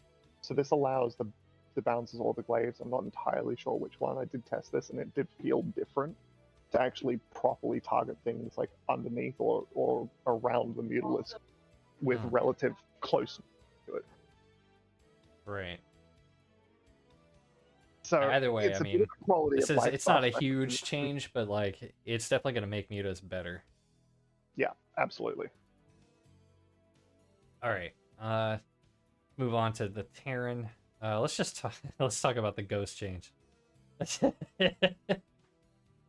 you want to start, Miro? I'm sure you got plenty to say. Okay, I have a lot to say about this. I agree with the supply increase. I kind of agree with the health decrease. My concern for TVP with the ghost being there, considering it's Brock still has to a go. unit, does have concerns. Oh, you take care, Brock. Yeah, sorry guys. Thanks for joining us. No problem. You're We'll try welcome. to speed through the rest of this anyway. I do have some concerns with ghosts now taking effectively percentage more damage from Colossus, because it's one less hits, four hits instead of 5, which is why they got the health increase in the first place, to try and offset that. Right. But then you have the damage changes, and the damage changes are really fucking dumb. Like, why? What the hell were they thinking? What the actual fuck were they thinking? I gotta, yeah. I mean, you're mirroring Katz's thoughts, which I agree with. A Quite a lot. flat 20 damage to light units. Ghosts are already pretty solid combat units. Don't get me wrong.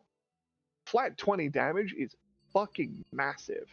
And keep in mind, they should scale the upgrades as well, so it shouldn't be it should be +2 per upgrade now, so they're doing 26 damage at +3 instead of 13 plus 13 to light. So the Okay. scaling on that changes drastically as well. Yeah. I didn't The think attack about range increase is more substantial, but honestly, of all of these changes, probably the least egregious one, and I could see it being really dumb or also not really that impactful either way. But I think this is not a good change either. Then we get to steady targeting. And on the one hand, increasing the amount of energy it takes to cast steady targeting means you have less overall cast. You also have less ghosts because of the supply increase. But on the other hand, now you can't stop them from killing you. Yep. You have 40 more damage, flat damage. It's 170 damage. I've literally won games on PTR by just having my ghosts stand still and eat damage that would otherwise have cancelled everything before and annihilate everything. It is the dumbest change you could possibly have made. Yeah. Why the fuck are you doing this? I would agree with this pretty hard. I think if you want to make a snipe stronger, or to make I always call it snipe. I know it's steady targeting it is, now, but I mean call it's it snipe as well. It's the same thing.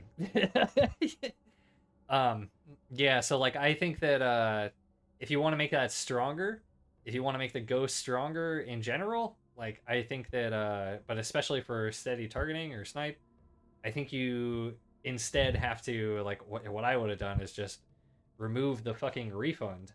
Like that was always the craziest change to me. And one of those changes that, like, it was a sleeper change, because like in isolation, it's a fucking horrible change. but you don't actually see the effects of it becoming a problem until the ghost was good enough to take advantage of it. So like, because the ghost, like back when they originally did that change, the ghost wasn't really that strong, and then like they did some other changes to the ghost. Like I could go back and find it, but they did some other changes to the ghost that made it a lot stronger. And after that, we started to see the mass ghost style take off. And then, we're talking about all these different like health and supply numbers and things like that we could change. And it's like, to me, the obvious thing is the energy refund, because that's what allows this snowballing of energy and like this zero engagement, like no interaction spell, where it's like you aren't really taking any damage. It's like super long range and it just one shots units. And you can do that like while invisible and then run away. It's like, and you just repeat that over and over again. It's like you're not interacting with your opponent, you're just whittling them down. I kind of have to disagree. And I have to disagree because when the energy refund change happened, what you would have, because they introduced steady targeting around the same time, and you would have people try to use steady targeting, lose the energy, and then the ghost became effectively completely useless. It also takes energy to cloak, and it takes energy to use EMP. So I actually think the answer to that is increasing the amount of energy it takes to cast steady targeting, so you can't stay cloaked anywhere nearly as long. And you kind of have to choose between staying cloaked, dropping an EMP, or casting steady targeting, or casting a second targeting, depending on what you're trying to do, right? The added energy cost actually is a very big change, because it really does quite drastically reduce how many shots you can get off. But I also think that you should have counterplay by having it be something that you can cancel by either breaking the distance limit on it or by doing damage to the unit. The fact that you can't do that now is really fucking dumb. And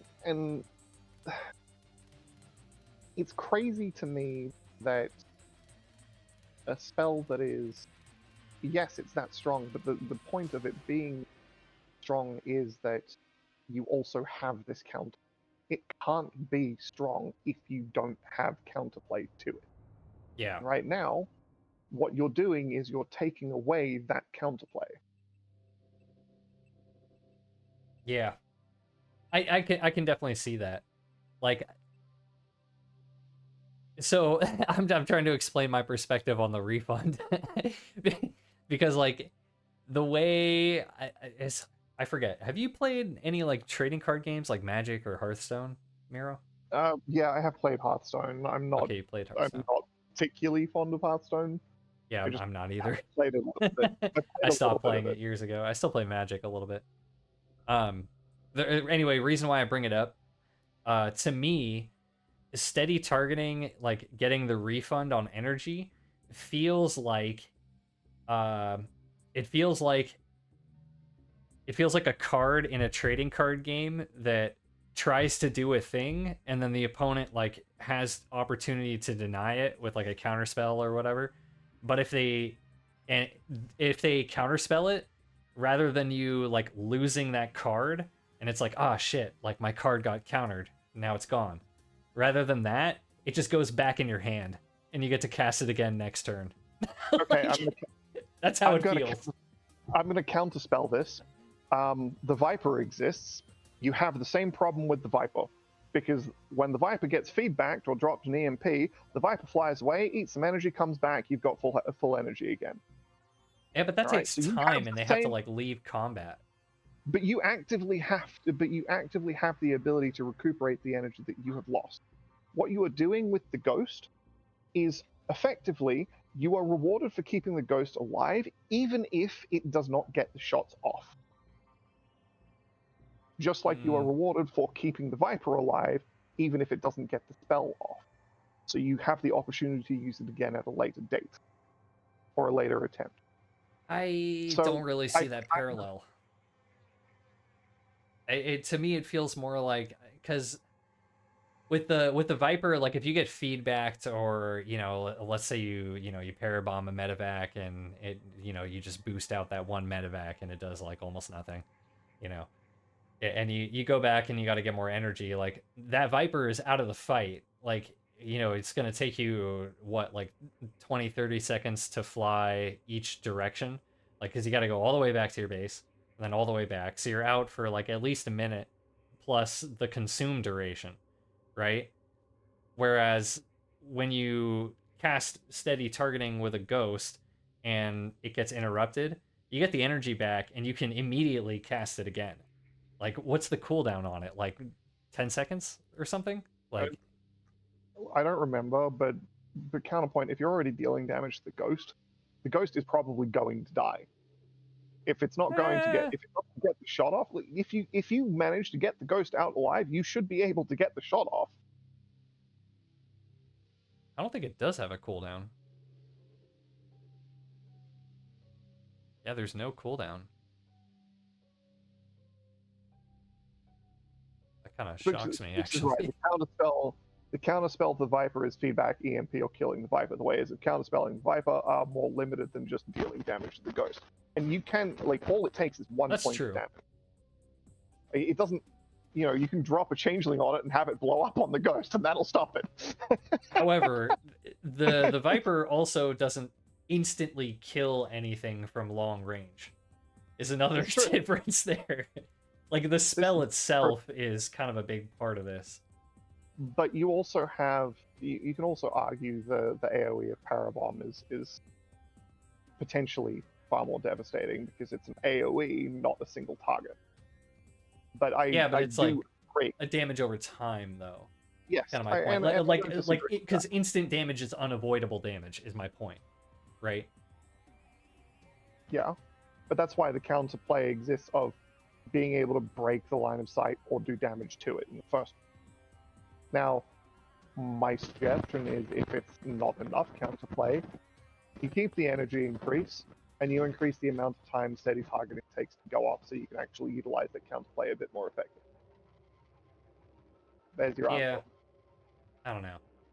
Like, overall, I just feel like the Ghost is such a like overtuned unit in so many ways. It is. And I was looking through here. Sorry, I know you want to jump in here, but like the starting energy was increased from 50 to 75, which is another inconsistency that I hate, because all spellcasters in the game except for the Queen start with 50 energy, if I remember right. Nope. Which other ones don't start with 50? Was it? Infestor starts with 75 energy because they gave it the... Oh, because they gave it pathogen glands by default, right? Yeah, I don't like that either. I think both of those are dumb changes. Also, energy recharge exists. Yeah, very true. Yeah, it's just more breaking spellcaster design. I don't like it. Anyway, the Ghost, I think is gonna get talked through a bunch, and people are gonna see how strong it is. I will say though, I think it's very interesting the first time you get Ghost Rushed as a Zerg on the new patch, because that first Queen dies before you can like even react. So you're just like, whoa, what the fuck? Like, I'm expecting a Reaper to show up and my Queen just instantly dies to a Ghost. But yeah, I mean, why? That being said, I still won the game pretty easily, so not a big deal. I guess the difference with the Ghost Rush is you're now doing 20 damage instead of 10 damage. That's the difference. Because the damage increase does the damage to steady targeting was always there on the Queen, because the Queen is a psionic unit. Oh yeah, so always getting the bonus damage. This is something that I'll put it this way. These damage numbers, not the first time I've seen them or explored them or what it would do to Ghost Rushing versus Zerg and killing Queens early on. I've thought about this before. So the fact that this just instantly kills a Queen, I'm not surprised. I think you and I have had this conversation time. Yeah, probably. I think a Queen survives a steady targeting with 5 hit points, so it then gets one shot immediately after anyway. Sorry, what was that? I think a queen survives with 5 hit points from steady targeting and then dies to the follow-up auto attack. Maybe. Something I like don't that. know. It's been a long time, but Yeah. yeah, like increasing the range and then making this damage not specialized, if I remember right, and then this being like damn near a one shot. Yeah. Anyway, I don't know if we want to move on to the medevac stuff. The damage to the queen is irrelevant on steady targeting because, like I said, the queen is already a psionic unit, so it still takes the damage anyway. Nothing changes there. It's just the auto attack damage. But yeah, if you have like multiple ghosts now, like it's like actually pretty easy to focus fire queens. Anyway, medevac. So the load group, the load nearby units command, which every transport unit got, but it's pretty much only important for the medevac because the other units, it's like you don't need to pick up units, and if you do, like you don't have more units than what the transport can hold anyway. Whereas with Terran, like there's many situations where your medevacs, you don't have enough medevacs to hold your entire army, and your units are going to derp over each other and like kind of be weird, and getting the pickup to go smoothly, it's a difficult Terran skill, and this is a huge quality of life buff there. I have actually tried using this a few times now, and I hate it. Oh, really? Like, I actually hate it because there are times when you want it to pick up certain units, or the units that you want to pick up are not selected over the units that it will actively prioritize instead. It's a bit funky with how it works, and there are definitely situational moments where it is good, but I also think that it's more annoying to use than it is to actually just do it the normal way, which is I think if you're used to the normal your army way, and click into medevac and like boost the medevac over. Yeah, but there is one big advantage which I saw. Like this was funny. It was like I just got lucky. It happened to be right when I tuned into Uppatree's stream. He was reading somebody in chat explaining that, hey, you can pick up your units without looking at your units anymore. Like you don't even have to be looking. You just select it, right? That is true. Like, I think about that. Yeah, he was like, holy shit, he didn't think about that either. And he was like in the middle of pushing, right? And then he's like, whoa, wait, I have to try this. And then he like selects his medevacs, and he's looking at his base, but then he like hits the key and like boosts out using the mini map and stuff. And then he looks back over, and it's like all of his units pretty much made it out. There were like 3 or 4 Marines that couldn't fit in a medevac, right? Now that but like makes me he could just do that in like half a second, and he didn't even need to look at it. Now it makes me wonder if it's worth control grouping your medevacs be in their own in a completely different control group. Right. Because you would have to tab over, right? I mean, it tells me this right here.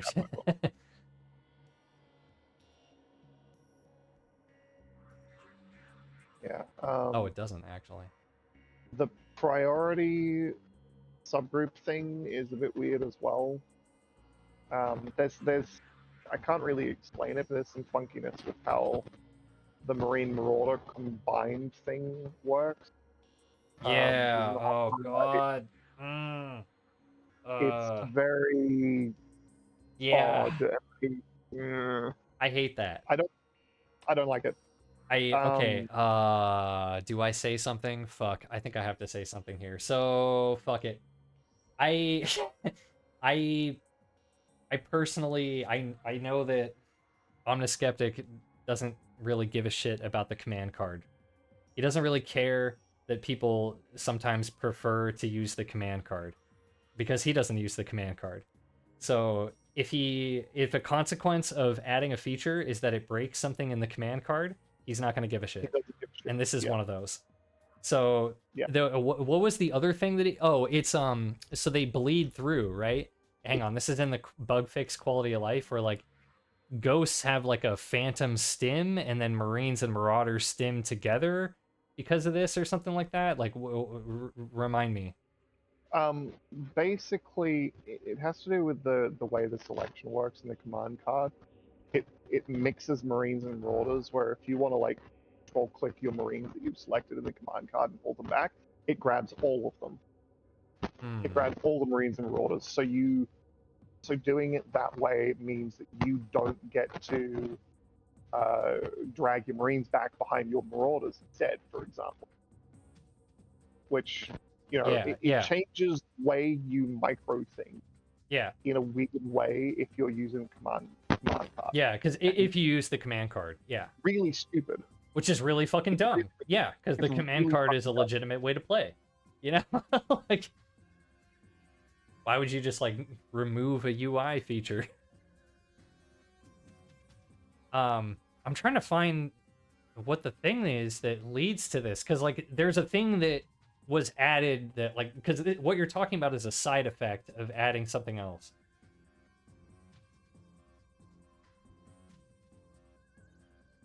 We talked about the subgroup priority for. Oh, they also altered the subgroup priority of like where battle cruisers and stuff sit now in the command card, which is an interesting change. And I haven't tested that out enough because I tend to play more Bio than BC. But yeah, I'm not sure how I feel about the changes. Am I talking about smart command cards that SC2 modders use to let you cast a spell without tapping the X unit? No. So when I'm talking about the command card, this is hard to explain right now without having the SC2 UI in front of me. I'm just gonna Google it.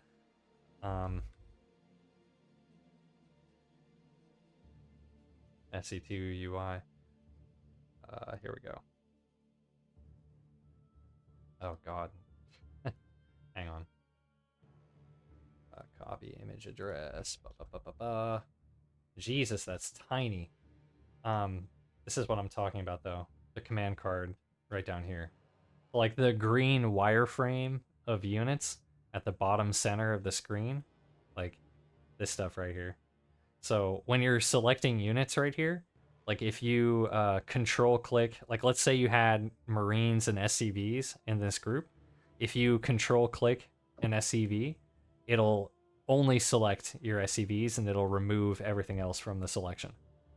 And if you did the same with Marine, it would do the same, right? Yep. With this new change, Marines and Marauders are essentially treated as the same unit by this command card. So if you click either of them, it's going to select Marines and Marauders, not one or the other. And if you want to select one or the other, you have to actually, on the main screen, physically click a Marauder or a Marine, and that will click one or the other. Not a bug. This is what I'm trying to explain. This is a side effect of them changing something else. And I'm like 90% certain of this. This isn't a bug. This is entirely due to what they changed. Yeah. Well, it's not like they were trying to remove you being able to select one or the other. It's a side effect of this change here. Like, because they're this thing right here, where instead of Marine, Marauder, it's now Marine plus Marauder. And this is, for some reason, I think it might have to do with this, or it might have to do with, I swear they added, like, a thing that lets ghosts do, like, a fake stim or something, or they, like, moved the priority or something. They made it so that if you have ghosts in your army, you can still hit stim, I think. I could be wrong about this. No, you have to tab past ghost stim. You have to. Okay, so I am wrong about this. So it's something else then, but there's a reason why this is added, and the side effect is that you can no longer use the command card to control click and select either Marines or Marauders. You have to like physically do it on the screen, which means you got to be looking at the unit. Thing about this is, yes, you can control click the units that you want on screen, but if you have units in a control group that you are trying to get rid of while you're looking somewhere else, and you're trying to deselect these marauders or these marines, you are Mhm. going to deselect all of them. And you Mhm. don't want to do that ever. Yeah. And so it becomes really problematic. And it has already, in several games, been a source of frustration for me. And I don't know if you caught it yesterday when I was playing a couple of games against Brock. And granted, I was already a bit frazzled yesterday from a few other things, but like that change alone really fucking pissed me off to the point where I'm just like, I do not want to play. Like I did not want to play that second game. Yeah. I chose to do so, but I really didn't want to. No, I mean, bro. I mean, how do you think I felt? Like, you're feeling the pain that I've been feeling about creep tumors not being cancelable. Like, Oh no, I fully understand. I fully understood, yeah. and I have understood that pain for a long time. But it's like it's the same feeling where it's just like, why? Like, I've been able to do this for years, and then you're just like removing an ability, you know? And it's like a small little thing. Just dumb. You know, Anyway. another thing that I will say about the load nearby unit one, I kind of, for the warp prism, this is a strange change as well, because the warp prism has 5 pickup range. So we'll try to pick up anything within 5 pickup range. That's interesting. You might That actually be includes picking up probes by Colossus. accident. I think it tries to prioritize army, but I don't know. Yeah. You could possibly try to pick up probes accidentally. I'm just thinking about that. That'd be kind of funny. I'm imagining like somebody doing like an early like adept or like an immortal drop or something like that, and then they accidentally pick up a bunch of probes. But also imagine like you're trying to micro your Colossus and you're using that, and it picks up the same Colossus you just dropped instead of the one that is currently on fire. Yeah. Yeah, I don't know. It'll be interesting to see how that one plays out. But I think, for the most part, we're just going to see Terran take advantage of that button. I'm never going to use it. Like, what reason does Zerg have to ever use that? Yeah. Because usually for Zerg, it's just... I guess it does make it easier, or it makes it faster to do your queen walks, because it'll pick everything up. Oh, yeah, that's true, actually. Yeah, it would kind of make it easier to do that. You could just put all your shit under your cloud of overlords and then just hit the button. Mm-hmm. Hallucinations, basically the same change as Overseers. We've kind of already talked about that. So yeah. Honestly, this change is a little bit dumb, but like they're already doing it for changelings, so like you might as well, because you can. Like, because this is weird. You have to think about like what this actually means. Like, so you're gonna have your sentry behind your wall, and you're gonna have a unit hold positioned in your wall, and then you're gonna take your sentry and you're gonna shift queue the order that you would have given to the Phoenix Scout, to the hallucinated Phoenix Scout. You're gonna shift queue that with your sentry, right? And then you hit the hallucination button, and then you hit S or H to stop or hold position your sentry. And then the hallucination will go out, and it'll follow the pattern that you queued up, and you're going to lose no downtime because the order was already started before the hallucination was cast, right? But while you're doing that shift queue, your sentry is going to be derping in front of your wall, like rubbing against that unit in the gateway wall. It's going to look a little bit funny if anybody actually uses this. But yeah, it's interesting. I think functionally, this is one of those things that I actually think for the Overseer it makes sense. For the Sentry, it's less useful than it sounds. Yeah, it's definitely like because it was fine, but you probably there's no issue with it. It's not going to be very good. Storm change. High Templar change. Yeah. I don't know how I feel about this. Weirdly, I want to say I don't hate it, but I also kind of think that the current Storm is neither too good nor bad, and I know a lot of pros are just like, oh, Storm was nerfed, but no, at worst it was a side grade. Yeah. At worst it was a side grade. It really was a side grade. But by dropping the damage output, it definitely does make it worse. And I don't think it needed to be worse, because this feels to me like it's coming across as trying to solve a problem. It's trying to solve a problem that is showing from the symptom of Storm. And the problem is not Storm, the problem is energy recharge existing. Yep. I was wondering when you were going to make your way to that. Again, this is something that I say almost every time I'm teaching someone.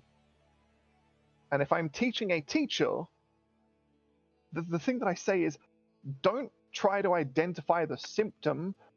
What are you looking at? What is the symptom and what is the problem? Yep. This is the symptom. The High Templar, Psystorm, that is the symptom.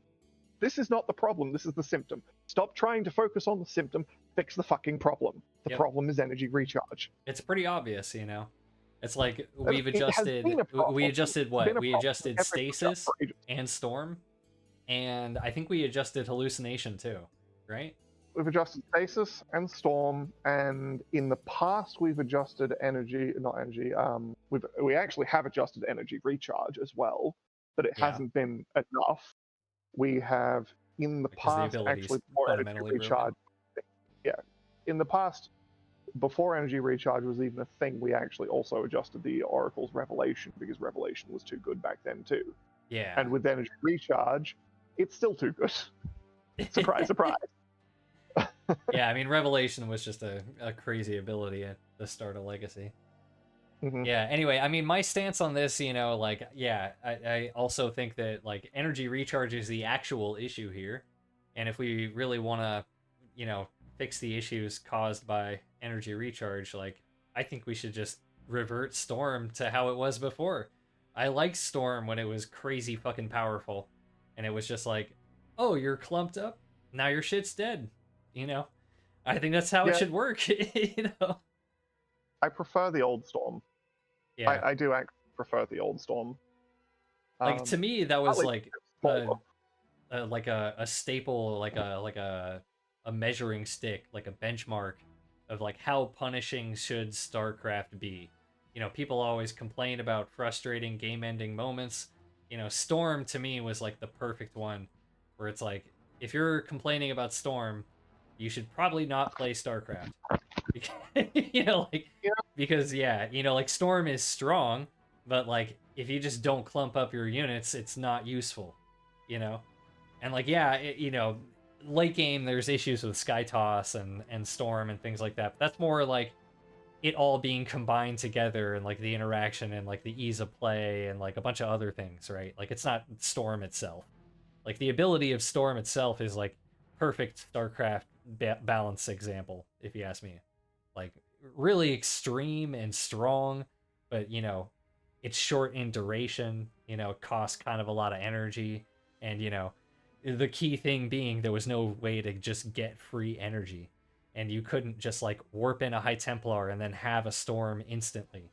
You know, it's the same reason why Kidarian Amulet was a problem.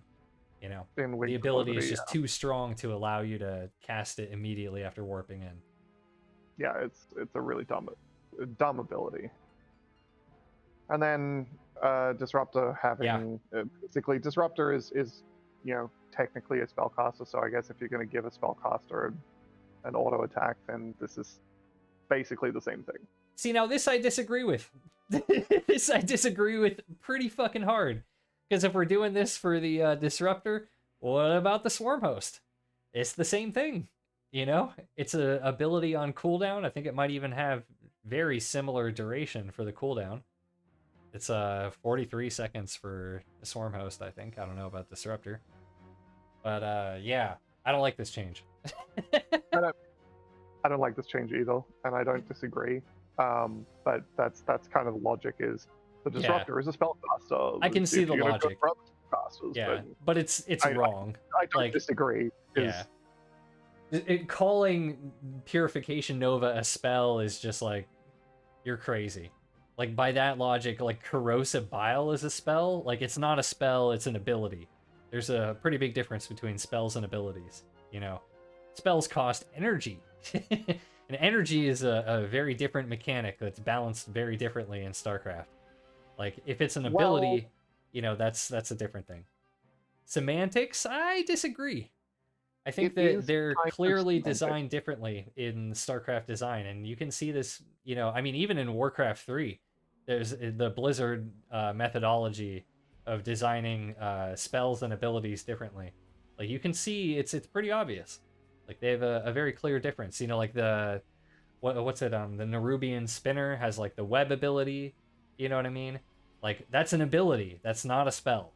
You know, like, if it was a spell, it would be balanced way differently. It would be like an AoE, and it would affect multiple units, you know, last a lot longer, things like that.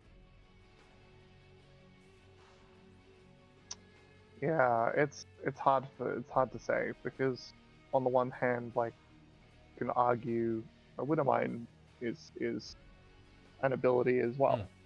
Like, it's a unit. It I think does so. the same thing that the Disruptor and the Swarm Host have, where Yeah. it fires its missile on cooldown. Yeah, But do like we spell, give Widowmines an auto attack? What do you think? Yeah. Unburrowed Widowmines have a phantom attack? but like spells, Widowmines ignore armor upgrades and they ignore weapon upgrades, so they don't have any change in that sense. But Hmm. Swarm Hosts specifically don't have upgrades. They do have upgrades on the Locust, though. Yeah, well, the Swarm Host, yeah, it spawns a unit. Whereas Corrosive Bile and the Widowmine and Disruptor, their ability uses spell damage because that's how it is in the editor. Like, there is no such thing as ability damage in the editor, So because I'll that would just be let you redundant. know. And it's also like annoying from a programming standpoint, because if you have a separate ability damage stat and a spell damage stat and they're handled differently in the editor, then what if you decide that you want to make something a spell instead of an ability, or vice versa, and you have to switch them back and forth? Like, that'd be a giant pain in the ass for the developers. So I'm totally guessing here, but you know, it seems pretty logical that the only reason that abilities use spell damage is because it would just be a pain in the ass for them to create a new ability damage category for no reason. You know, like, it's just, Yeah, what benefit would it would function exactly the same as spell damage. So why would you create a new category? So it's like, technically they do spell damage, but I don't think that makes them spells. here's the thing, right? In the sense of trying to make the game more inviting to new players, or players who are old players coming back, I understand that trying to make it simpler to get into by having your units be not stupid. As L1 put it the other day, by having your units be not stupid and wandering into your opponent's army, I think is not necessarily an ignoble goal. However, there is also a point where you have to take into account that this is a game, and part of that game is learning how to control your units and learning how to control them properly. Yeah. And we are playing a game where we are not fighting the game. We're not playing Brood War, right? The thing about Brood War is, Brood War, you're not playing against your opponent. You are trying to fight your opponent while primarily playing against the game, because the game's mechanics actively attempt to kill you the entire time. Right. You know, we don't have that problem in StarCraft 2. Yeah. I should say, everything is smooth. You know, Yeah, StarCraft 2 is units way go easier. where they're told. You know, the limiting factor becomes terrain, high ground, low ground, whether you can see up the high ground or up the low ground. It's not, oh, have my units gotten stuck at the base of the ramp because they are too stupid to actually find their like pathing up the ramp? No, that's not a problem, right? You arguably have a problem of your units defaulting to clumping together, but you also have the counter to that problem very, very simply is you can spread your units out. Like they spread out very easily and very quickly. And there have been arguments of, well, we should introduce formation. It's like, okay, but we don't want to make this into AoE, or we don't want to make this into whatever else. And I understand, but also like, where does it become too much? Where do you stop? Yeah. Where do you draw the line? You know, and I would say like, you know, we've kind of tested the waters with that once of going back to the example like an hour and a half ago of macro mechanics being automated. Like that was too far. That was way too far. Yeah, I would agree with that. And, I mean, we are kind of going perilously close now to being too far with everything. Basically, you're almost homogenizing things, and in a weird way, this might sound strange, but in a weird way, you're also kind of punishing the player for being like, let's say you are a gold level player, okay, and you have decided for the first time you're going to use disruptors, and your opponent is going to use disruptors on the live version, right? If your opponent tries to do that, their disruptors will drift forward. You're going to fire your shot. You're going to completely miss your shot because their disruptors have gone forward, and you've missed the shot. So that's kind of weirdly punishing for a player as well. But at the same time, I don't know. It's so hard to say because there's so many different scenarios that you could go into.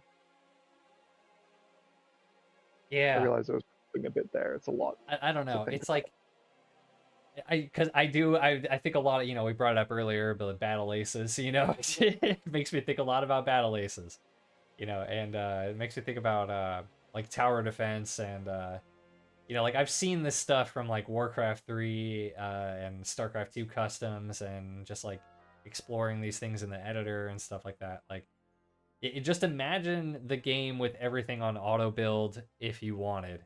You know, you could right click something and it would auto build whenever it has the money. You know, that would be crazy, right? Like it would be way more accessible, but how much less fun would the game be? Because, you know, you play against somebody who's like doing a 2-base all in against you, and it's like, bro, they're spending like 0 effort on anything but microing their units. You know, so they're just going to have perfect micro against you through every engagement. And like, that's going to feel really shitty to play, you know? And if you're like trying to play the game without auto build, you're going to be like, what the fuck is this? Like, this guy can just focus all of his effort on his army? Like, what?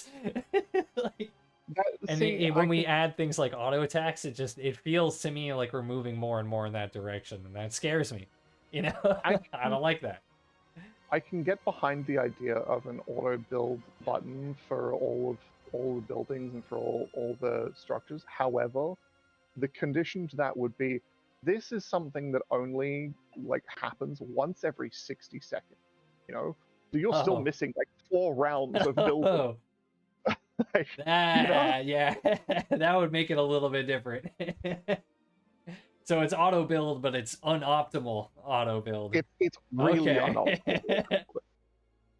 It's like once every 90 seconds, your buildings automatically produce a unit if you have the money for it, and you're not doing anything with it already. The funny thing is, I can still see like pro players using it for like certain random things. So they're like, I'm gonna put this on my Starport Tech Lab just for the Raven, so I get a Raven every 90 seconds. You know what I mean? I mean, yeah, but realistically, no, because... Yeah, I mean, realistically, probably not. But I could see somebody doing it, you know. Yeah, just I realize we're going now for 2 hours and 15 minutes, so... Very true. Yeah, no, I was looking at that. We're right at the end here, so There's I a think whole that might be bunch of time. quality of life changes and bug fixes that we haven't actually even touched on. Yeah, And and the truthfully, only other I thing haven't here is even the warp looked that prism, up. which we already talked about this change with the other two. Yeah, I haven't even looked at like some of the quality of life bug fixes and stuff that they've added in. I actually do need to go over those at some point, but Yeah, it's honestly, like, yeah, we probably will next week. To be honest, if we don't have a guest, we'll probably yeah, dive into a bunch of these, and then maybe I might circle back and wrap up our thoughts on everything overall. yeah, I'm happy to do that. Anyway, SCV bug change is good. What SCV bug change? SCVs could not have build orders queued sequentially onto structures already being constructed by another SCV. Oh, so you can't. So now you can shift click a build order on a building that's already building. Oh, you're talking about that one. Oh, okay. Yeah, the SCV bunker change. Yeah, well, it's not specifically a bunker, but that's what it's really for. This change. Shu, can I say I fucking hate that change so much because that is actually just a direct nerf to proxy builds, and this is something that this entire change has been, focusing on. Hey, let's try to bring back some of these more like proxy builds. Let's try to bring back some of these early game builds. This directly and antithetically is directly antithetical to that change. It's Yeah. directly antithetical to what they're trying to do. And one of the biggest complaints that I have had over this patch is if you want to bring back early game builds, fucking revert some of the changes and nerfs to the early game builds that we had. Yep.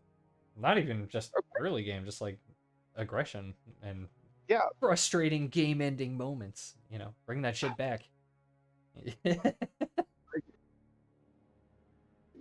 so why?